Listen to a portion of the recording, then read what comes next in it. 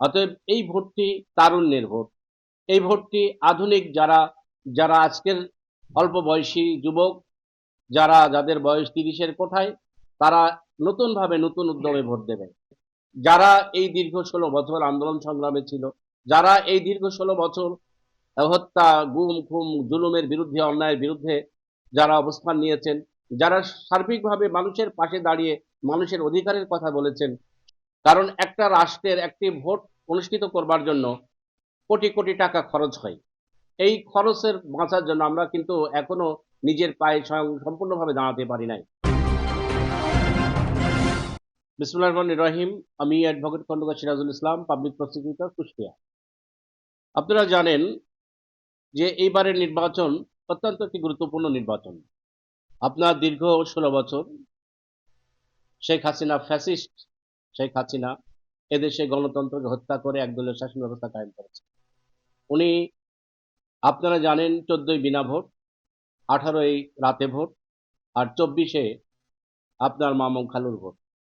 এই ভোটের প্রেক্ষিতে আজকের যে শিশুটির বয়স 30, সে ভোট দেয়নি এখন পর্যন্ত, সে ভোট কি জানে না। অতএব এই ভোটটি তারুণ্যের ভোট। এই ভোটটি আধুনিক যারা আজকের অল্প বয়সী যুবক, যাদের বয়স 30-এর কোঠায়, তারা নতুনভাবে নতুন উদ্যমে ভোট দেবে। আমি বিশ্বাস করি যে এই ভোটটি হচ্ছে গণতন্ত্র রক্ষার ভোট, এদেশের স্বাধীনতা সার্বভৌমত্ব রক্ষার ভোট, বাংলাদেশি জাতীয়তাবাদের পক্ষের ভোট।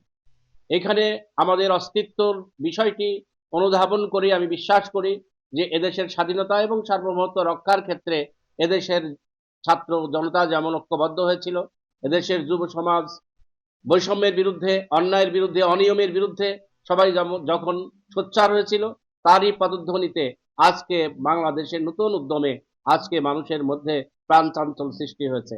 এখানে ভোটটি হচ্ছে বাংলাদেশি জাতীয়তাবাদী শক্তির সপক্ষে ভোট।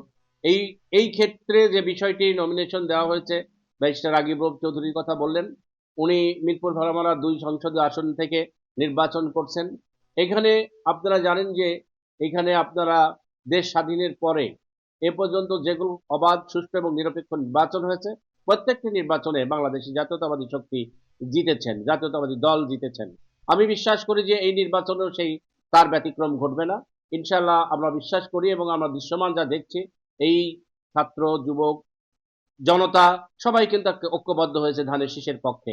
কারণ দেশনেত্রী বেগম খালেদা জিয়া, আপনারা জানেন তিনি অসুস্থ, তার রুহুল মাগফিরাত কামনা করছি। পাশাপাশি জানেন যে বাংলাদেশের জাতীয়তাবাদ সহ বাংলাদেশের ঐক্যের প্রতীক বেগম খালেদা জিয়া, দেশনেত্রী বেগম খালেদা জিয়া।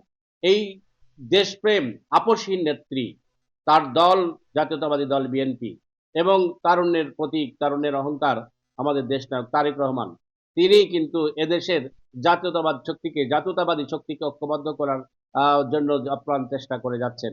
এবং তারই ধারাবাহিকতায় এদেশের মানুষের মধ্যে প্রাণ চাঞ্চল্যতার সৃষ্টি হচ্ছে, এবং আগামী দিনে সেই নির্বাচন সংগঠিত হলে ইনশাআল্লাহ বাংলাদেশি জাতীয়তাবাদী শক্তি নির্বাচনে জয়লাভ করবে বলে আমি ব্যক্তিগতভাবে বিশ্বাস করি। প্রথমত অধ্যাপক শহীদুল ইসলাম অত্যন্ত সম্মানিত একজন ব্যক্তি। উনি 3বারের সাবেক সংসদ সদস্য। স্বাভাবিকভাবেই তার প্রতি আমাদের ভালোবাসা আছেই। কিন্তু জাতীয়তাবাদী দল কিন্তু একটি বৃহৎ সংগঠন। এখানে একটা সংসদীয় আসনে 15-20 জন করে সংসদ সদস্য হওয়ার যোগ্যতা অর্জন করে, এরকম মানুষ আছে। সেই ক্ষেত্রে দল সার্বিক বিবেচনায়, দলের একটা প্ল্যাটফর্ম আছে, বিভিন্ন আঙ্গিকে, বিভিন্ন অ্যাঙ্গেলে তাদেরকে পরীক্ষা নিরীক্ষা করা হয়েছে। যারা এই দীর্ঘ 16 বছর আন্দোলন সংগ্রামে ছিল, যারা এই দীর্ঘ 16 বছর হত্যা, গুম, খুম, জুলুমের বিরুদ্ধে, অন্যায়ের বিরুদ্ধে যারা অবস্থান নিয়েছেন, যারা সার্বিকভাবে মানুষের পাশে দাঁড়িয়ে মানুষের অধিকারের কথা বলেছেন, সেরকম একটি ব্যক্তিকেই নমিনেশন দেওয়া হয়েছে আমি ব্যক্তিগতভাবে বিশ্বাস করি। যার প্রেক্ষিতে আমি এটাও বিশ্বাস করি যে এই যে গ্রুপিং এর কথা বলছেন, আসলে বেসিক গ্রুপিং কিছুই নেই। এখানে নেতৃত্বের দ্বন্দ্ব আছে, কিন্তু গ্রুপিং নেই। দিনের শেষে কিন্তু আমরা ধানের শীষ। অতএব এখানে ধানের শীষ হচ্ছে একটি প্রতীক, যে প্রতীক হচ্ছে বাংলাদেশি জাতীয়তাবাদকে ঐক্যবদ্ধ করবার একটা প্ল্যাটফর্ম। সেই প্ল্যাটফর্মের জায়গাটা কিন্তু আমরা ঐক্যবদ্ধ।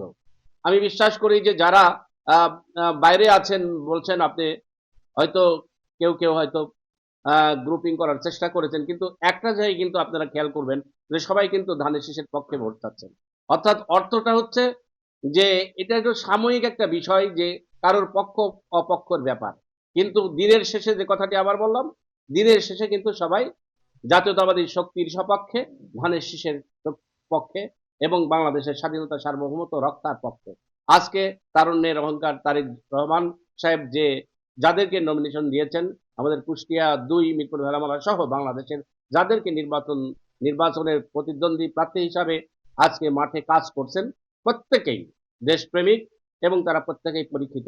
আমি বিশ্বাস করি যে এই সব নেতা নেত্রীদের মাধ্যম দিয়ে আগামী দিন বাংলাদেশ বিনির্মাণে একটি স্বাধীন বাংলাদেশের সার্বভৌমত্ব রক্ষার যে দায়িত্ব আছে তাদের উপরে পড়বে, সার্বভৌমত্ব রক্ষার জন্য, মানবাধিকার প্রতিষ্ঠার জন্য, ন্যায় বিচার প্রতিষ্ঠার জন্য, সুষ্ঠু অবাধ নিরপেক্ষ ভোটের জন্য তারা নিরলসভাবে কাজ করবে এবং বাংলাদেশকে একটি সুন্দর জায়গায়, একটি সুউচ্চ মর্যাদায় আসীন করার জন্য তারা কাজ করছে এবং করবে জাতীয় সংসদের মাধ্যমে, এটা আমি বিশ্বাস করি। দুইটা ভোট একত্রিত ভাবে হওয়াটা আমি ব্যক্তিগতভাবে দুইটা কারণে এটাকে প্রাধান্য দিই। আমি ব্যক্তিগতভাবে মনে করি এটি একটি যথোপযুক্ত সিদ্ধান্ত, কারণ এই সিদ্ধান্তটি সঠিক সিদ্ধান্ত। কারণ একটা রাষ্ট্রের একটি ভোট অনুষ্ঠিত করবার জন্য কোটি কোটি টাকা খরচ হয়। এই খরচের বাঁচার জন্য আমরা কিন্তু এখনো নিজের পায়ে স্বয়ং সম্পূর্ণভাবে দাঁড়াতে পারি নাই। সেই ক্ষেত্রে একই সঙ্গে জাতীয় সংসদ নির্বাচন এবং গণভোট দুটো যদি একসঙ্গে সংগঠিত হয়, সেই ক্ষেত্রে একদিকে যেমন সাশ্রয়ী হবে, পাশাপাশি এই সিদ্ধান্তটি যেটি গণভোটের সিদ্ধান্ত, এই সিদ্ধান্তটি যেহেতু পরবর্তী প্রক্রিয়ায় সম্পন্ন হবে, যারা রাষ্ট্রীয় ক্ষমতায় যাবে তারাই এই এই বিষয়টাকে ফয়সলা করবে, এই গণভোটের কার্যক্রম পরিচালনা করবেন। সেই ক্ষেত্রে একই সঙ্গে হলে আপনার এক ঢিলে দুই পাখি মারার সমান হয়ে যায়। কারণ দেখা যাচ্ছে যে একদিকে গণভোটটাও সম্পন্ন হলো, যেহেতু পরবর্তী গভর্নমেন্ট যারা তৈরি করবেন, যারা সরকার তৈরি করবেন, তারাই তো তার ইমপ্লিমেন্ট করবেন। সঙ্গত কারণে একদিনে দুই ভোটের বিষয়টি আমি পজিটিভলি গণভোট এবং সাধারণ নির্বাচন একসাথে হওয়াটা আমি যুক্তিযুক্ত বলে মনে করি।